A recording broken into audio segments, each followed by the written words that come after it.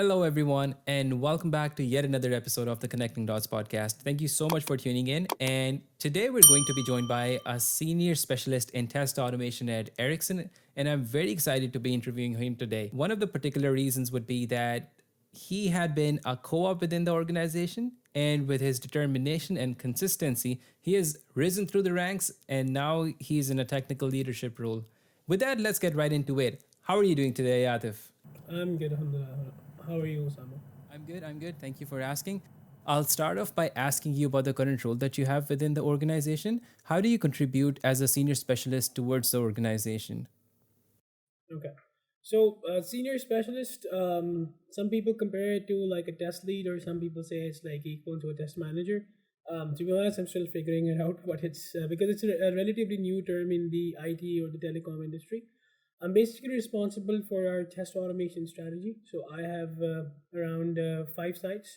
Two of them are in Sweden, one in China, Beijing, and one in Texas, and here one in Ottawa. So we have five sites that are under me. So I have test automation leads and test architects that work under me, and I drive the test automation strategy. In terms of strategy, what it involves is basically making sure that all the new features that are being developed in 5G, our test frameworks have the support for those features. And another big part of my job is to basically supervise and overlook the AI and ML initiatives that are taken within the company. So I'm working on a couple of projects in AI ML as well. Another thing I'm responsible for is to handle any kind of escalations that are related to test automation, as well as making sure that all of our test automation developers and all the sites are trained and have the core competence that's needed for them to excel in their job. Okay, that's pretty cool. Yeah. And I would build upon that in order for someone to overlook the operations and come up with the design and feasibility for projects, one has to have a strong foundation in that domain. Considering your story, how can one achieve that confidence and experience? Yeah, I guess there is no replacement for experience itself, but there's few ways I could break it down for you. So as you know, I started as a co-op back in 2016. I worked as a software tester, then a test framework developer, then a code guardian for a repository, then an architect, and now senior specialist. So I guess wearing different hats within an MNC really helps you get like an end-to-end experience of the company, and also you get an end-to-end understanding of the product. And I would say, other than your technical skills, your soft skills as well, like communication skills and your presentation skills, also matter a lot. Especially if you work in a Swedish company, those matters are more valuable than your technical skills. To be honest, I myself come from a computer science background. I don't have a telecom background, but I guess in order to exceed, you could either take a niche and then just go specialize in it, like I did, or you could have like a generic understanding of the whole product. For example, some people um, for example, yourself, you worked in test and then you worked on the customer end as well. I did not do that. I just picked up a specific niche and I just went in ahead. So there's two ways to do it, and I guess soft skills, technical skills, and I guess patience to learn, and the drive that you have. I think these are the major things that you have these days. It's kind of hard for people to stick on to one company for a long period of time, but I guess as long as you're getting the opportunities within the company, and as long as you're not stuck either horizontally or vertically within the company, I guess it's a good thing to stay and learn about it. Otherwise, if you feel like you're stuck, then yeah, make a move. Now that you've mentioned that point, that these days it's not very usual for people to stick to with an organization for too long. So, in your opinion, how should organizations shape themselves so that they can improve the retention of employees? Well, it all depends on the company itself and the employee. Because I've also been majorly involved in hiring people as well. So from co-ops to specialists to developers to testers and people working in CI as well. So I would say, in terms of what companies can do, I would say there's a difference of culture within different companies here in Ottawa. If you're working for an American company or if you're working for a Swedish company, and then the work-life balance as well. It also depends on the demographic of people you're hiring. So, for example, somebody who was like a family man like myself would prefer more work-life balance than long hours with a very high-paying salary. Whereas somebody who was just graduated fresh out of school wants to buy a Tesla I want to save up some money, and it's just gonna go, whoever pays the most and whoever gives, them the most recognition in terms of that. Considering that you have grown through the ranks from once being a co-op to now being in a technical leadership role, what kind of cultural shift have you observed throughout this transition? So to be honest, for me, I guess I thought it'll be harder to move into like a managerial senior position from being, a junior to intermediate to a senior developer. But I found people more welcoming, and because once you have a title and once you have an authority to make decisions, I guess it's easier so you can put your word forward. But then again, it all depends on where you're working. For example, Ericsson, as you know, is a Swedish company, so they have a culture of collaboration, and because we are a remote site and our headquarters are in Sweden, so it takes up more of our energy to convince them to make a change. So yeah, that's the only thing that I've noticed in terms of a change. Whereas when I was a developer, I was just responsible for my work. As long as I'm meeting my sprint dates, I should be okay. But now I'm responsible for more than 30-40 people to drive the test automation strategy. I have 5 sites. I have time zone conflicts all at the time. I wake up at 6 a.m. in the morning. So yeah. So that's the difference. But in terms of culture, I think that people have been more supportive, especially for me, like my mentors, my first manager, and even now my manager. They've been very supportive, and they've been very supportive in terms of my current role and also where I want to go. Like they've not pushed me down or told me, no, no, this is your job and you gotta stay here as long as you want, or either leave the company. But for me, it was them telling me, okay, what are you looking for? For example, for me, after being an architect, I had different pathways. I could be a PM, like a project manager, a product manager, a program manager, a senior specialist, or test lead, or a test manager. I know these words are like words for our viewers, but you know what these things mean. Yeah, no, exactly, exactly. And it's pretty inspiring to talk to you about all of this today, considering that you've actually been through every step of that journey, and now that you've made a name for yourself within the organization, that's pretty inspiring. So, I want to talk to you about what myths do you think have been busted for you in this role? Because I'll give you an example. If you were to become that sort of a senior leader, then maybe you might have to work more, maybe your family might have to sacrifice for a little bit. So with all of that, what do you think? Like, how much of that is just an imposter syndrome, and how do you comment on your life quality in general? Like, do you think it's Hmm. still pretty stable? Like, after COVID, we all were working from home, right? So it was kind of easier because of that. But I would say I also had the same thinking as you did before I actually joined the role.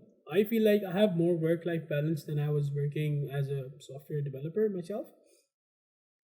It's just that for me personally, it took me about a good 8-9 months to actually understand what I'm responsible for, and I feel like as long as the business needs are met, it's not about how much hours you put in or how much effort you put in. It's about the impact, right? I have a degree in business as well. I think that kind of helps me sometimes understand what am I doing. Is it impactful? How would it affect my coworkers? How would it affect my team? How would it affect my customer? So sometimes you're like too much delved into the project or whatever you're working with. You kind of forget the bigger picture, right? So if you just take a step back and think about the bigger picture, then I think it's easier to do things. As well as the position I am in, I have learned to be good at delegating work, because earlier when I was in my team, I was the person who was like the go-to person who would take on more work just for the heck of learning it. But I guess I've learned it, and my manager has been very nice and experienced in this way, that they've told me, my one of my responsibilities in my job is to delegate work. So that's something that I've learned. But a myth I had was that I had to work and put in extra hours. Especially for me, I think it's gotten easier. It's the That other is way around. amazing to understand.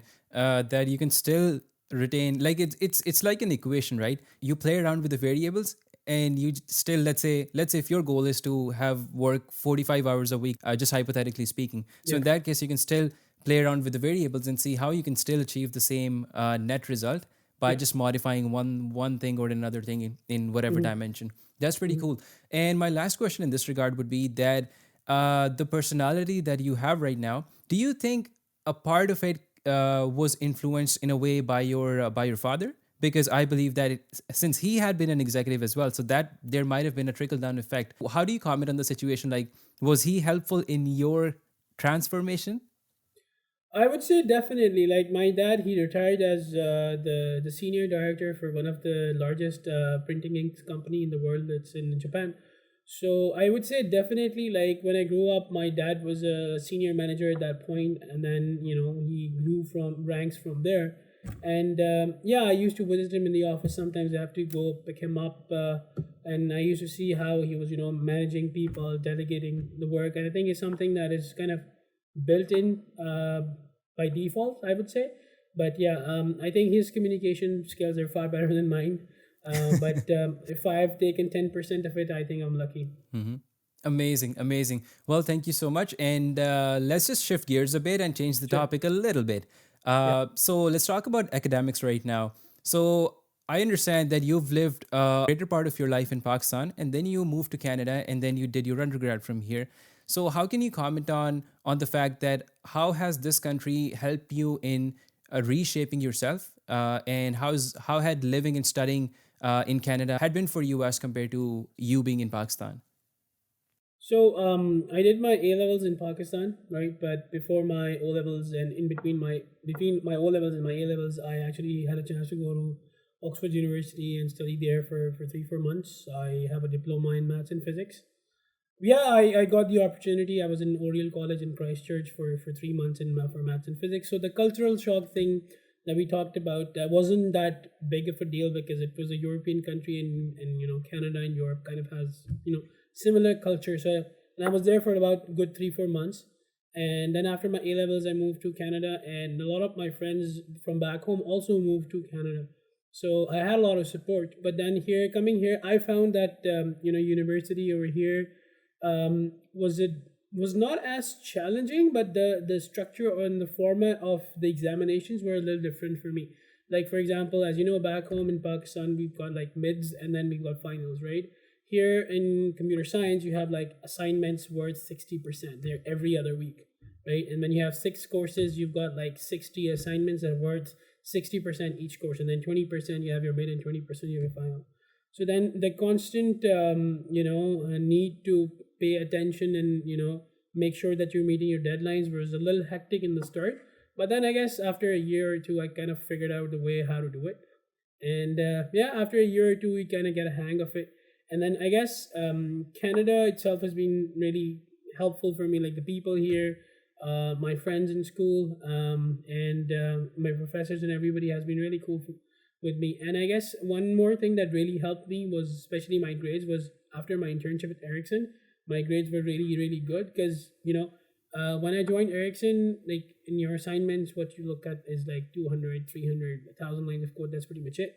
But Yeah. then when you come to an MNC like Ericsson, I think they have probably like sixth or the seventh largest code base in the world, right? Wow. So if you look at their code base, you're like, damn, and then it takes you Yeah. a good amount of few months to actually understand the code base. But once you've Yeah. done that, then school is like a piece of cake. Right. Right. Right. Yeah. Totally understandable. Cool. So, is there any memory from university that you still cherish the most? I guess in not in terms of memories, but I would say friendships for sure. Like I met a few friends who actually work with me here in Ericsson, right? So like my friends, I've been there with them for 4 or 5 years at the start of my first year, and then now they're still part of my life because we work together. So I think that's something that I really cherish. Great, great. So you've started working at Ericsson as a co-op, like we talked about it before Yeah. as well. In your opinion, do you think it's more beneficial for someone's growth to stay within an organization and grow through the ranks, or should they be switching after a certain while and get more experiences? It's just like moving out of one place and just going to another for more experience or newer perspective, I must say. Mm. I think there's a lot of variables in order to answer this question correctly. There's a lot of variables. I would say the first thing is depends on the job that you have, right? Your first manager kind of, I believe, your first manager kind of makes or breaks your career, if if you take my words seriously. And also the kind of things that you're interested in, right? You might be good at something, but you're not really interested in it, right? So it all depends. I think it's all relative, but I would say if again, if you have opportunities that you could foresee, if you have like vertical or horizontal options that you can get to in order to get like an end-to-end understanding, or in order to, if you don't like this department, you want to do testing, you want to do DevOps. Like for example, Ericsson is a pretty big company, right? You could do DevOps, you could do testing, you could do CI, you could go deep down into research, right? There's a lot of things, there's a lot of avenues you can go into. So as I would say, as long as you have the opportunities and as long as you like the culture, I think you should stick into it. But if you think that the culture is kind of toxic, or you believe that you're not respected or you're not really learning, then I think it doesn't hurt to move as well. Like I had several opportunities to move, but I thought this was the best decision that I've had made so far in the last 5-6 years. I'd had several opportunities to move, but I didn't really feel the need because I always found recognition as well as challenges in the future. So that's what made me stick. So, considering that computers is such a fast paced industry, how do you keep yourself up to date with the changing trends in the industry? Yeah, I think for that you gotta keep learning, and learning doesn't come in terms of a very classroom lecture based learning. It could be different things. For example, I'm driving a couple of AI/ML projects, as I've mentioned, for my team. Ericsson has a certification for AI and ML with Concordia University that I'm part of. So I'm learning from there, and then blogs, websites, YouTube videos, and all of that stuff. So I Yeah, guess learning never stops, and I would say I'm a kind of person who does not go for like certifications and stuff. I'm a kind right. of person, if I need to search something, then I'll do it. Like for example, working on Jira, I want to do some project automation on Jira, like how to pre-fill data for a ticket, so you don't have to do it manually all the time. I just YouTube it in 5 minutes and learn how to do that. So Right, right, I right. think it depends Hmm. on the person. I like some people like to take courses, some people like to take certifications. Hmm. I think I'm done going to universities for for a long time. No, for sure, for sure. That's a pretty cool perspective as well. Since you come off as a guy who knows what he's doing, so kindly throw some light on the fact that how did you get to connect with your mentors, and how have they helped you in transforming yourself into a thought leader that you are today? I would say I was very lucky. I had a couple of managers in Ericsson, like Stefan Desjardins. He was one of my managers in one of the QA teams that I'm working for, and I see that he has helped me really in terms of understanding me, because all of my colleagues, they had a telecom background. I did not have a telecom background, and he knew that I was not really interested in going deep down horizontally to learn all those things. Like for me, it was either programming or outside Ericsson, right? So I was lucky enough that he was my manager as well as my mentor. And then I've joined some programs within Ericsson that have helped me. There's a talent hunt program. I participated in a couple of hackathons as well. But I would say mostly my manager and my dad have been the people that I've been inspired most in terms of my career progression. That is amazing. And now the fact that since your dad has played such a great role in shaping you into who you are today, instilling that confidence in you. And I must say this for our audience over here, that when you become a parent, I think it's very, very essential for you to learn from your mistakes. Like, let's say if your parents wouldn't have done something that you would have wanted them to do, then maybe you should do that for your kid and help them into building the confidence and teaching them the right things. And I think it is a very sublime experience, I must say.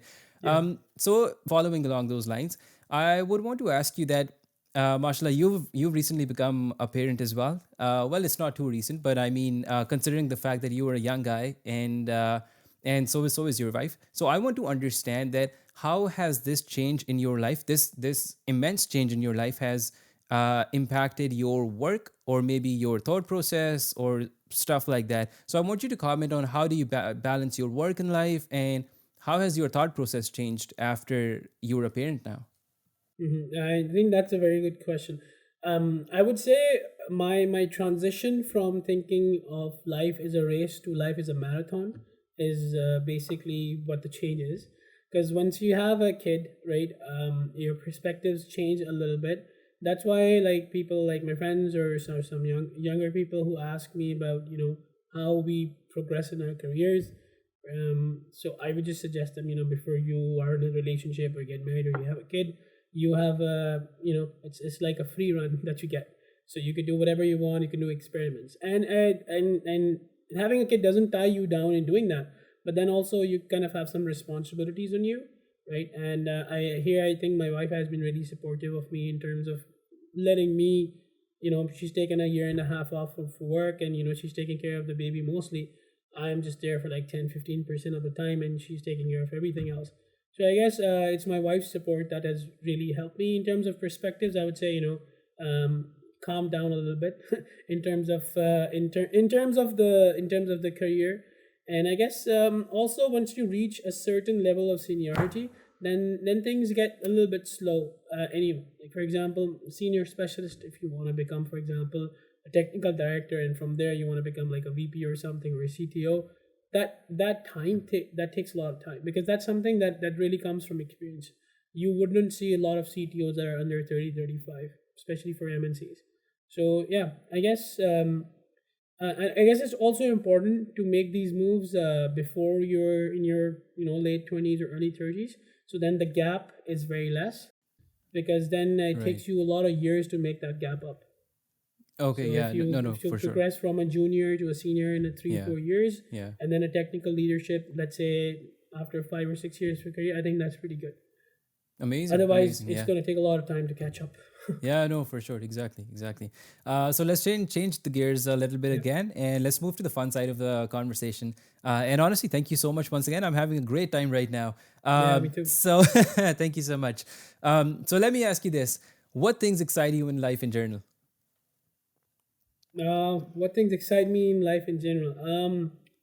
I would say looking at my daughter is probably Yeah. something that excites me a lot. Like waking up next to her and seeing her, from being a baby to crawling to walking. Yeah. I Yeah. never thought I'd had an experience like that. I couldn't really Yeah. relate when my sisters had those Yeah. moments. So I think Yeah. that really excites me. Another thing that excites me Yeah. is the living with my partner, like my wife. Mm-hmm. She's been there for me through thick and thin, and I guess Yeah. Yeah. having that peace inside my heart that she's gonna be with me, she's gonna have my back whatsoever. I Yeah. think that's something really exciting. And this is, I think, one of the good things about our culture as well, that once we establish that strong foundation by having a stronger family connection, I think that gives us a lot of mental peace, as well as gives us a very fresh perspective of life as well. That maybe one of the things is that you are more aware of yourself, that whatever you are doing, your actions will have an effect. So you would Definitely. strive for doing good things in life. That it's that stage right now that you can't just do whatever you want, right? That time's over. Yeah, exactly. Anyways, tapping into your imagination, if you had a superpower to solve one global issue, what is it going to be? uh, well, a lot of people are Yeah. gonna probably find this weird, but Hmm. I would want a world without any borders. Cool. So I would say that you don't have borders, because the thing is, generally there are good people and bad people everywhere in the world. But once you have borders, once you have governments and the bureaucracies and the armies, and then I think that's basically gives something that gives birth to selfishness. And yeah, if we were part of one big place, like a decentralized living, I would be for that. Crypto guy. No, for sure. I'll agree to that as well. That even after visiting like 14, 15 countries, I still think that wherever you travel to, there's always going to be something new that you learn over there. And you're like, man, I was so oblivious to this, Yeah, that, life has this face as well. And it's pretty yeah, cool that piece by piece, you broaden your horizon, you understand cultures, you understand people a lot better. And in doing so, maybe you get to improve yourself a bit as well. And that's very definitely. fascinating to me. So moving on, what advice would you give to your younger self? Oh man. I would give this Yeah. advice to myself. I would say travel more for sure. Yeah. Take some time off of work and travel by Mm. yourself, Yeah. to understand yourself, because I feel Yeah. like a lot of people just don't know themselves. right? Yeah. Yeah. That's one advice I would give to my younger self, Yeah. and also to calm down a little bit. Everything will happen in Yeah. good time. Yeah, No, exactly. And that's where I would advocate the fact that I had the privilege of having an amazing guy as my first manager in my career as well. And not only was he good in engineering solutions, I was amazed by what perspective he has for life and how he helped me transform into looking at things from a lot of different perspectives that, take it easy. And yeah, piece yeah, by piece, things are going to fall into place.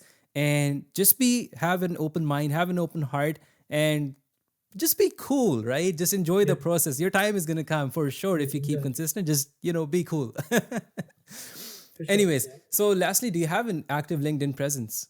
Yes, I have a LinkedIn account. So yeah, sure. If Nice, people cool. want to Yeah. follow me, you can pop up the link Yeah. somewhere in the video. Yeah. Somewhere Sounds good. there in the video. Yeah, for sure. Cool. Sounds good. Well, that will wrap up the conversation. Thank you so much once again for having this chat with us, Atif. I had a great time, and I'm sure that our audience are going to have a great time and in getting some key takeaways from our conversation. And this podcast is going to be available on all major platforms. And if you like the content, please feel free to like, share, and subscribe. And most importantly, provide us with your feedback in the comments. And with that, stay tuned, and we'll see you in the next episode. Take care.